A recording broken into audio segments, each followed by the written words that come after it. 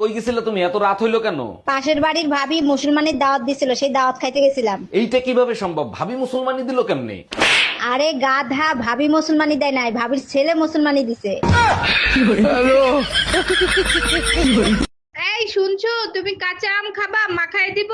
তু তু তুমি যা যা জানো না কাঁচা আম আমি খাই না। পা পা পা পাকা। থাক, এত কষ্ট করে আর বলতে হবে না, তোমার কাঁচা আম এতক্ষণে পাইকা গেছে।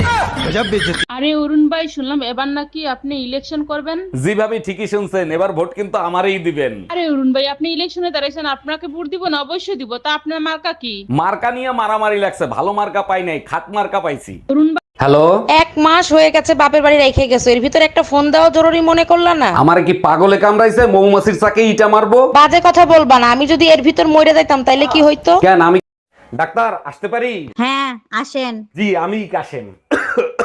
বুঝতে পারছি আপনার কানে সমস্যা। জি ঠিকই ধরছেন, আমার কাশির সমস্যা। আগে ফিস দেন, তারপর চিকিৎসা। আমি ফিস চাইছি, কিস না। শালা বয়রা।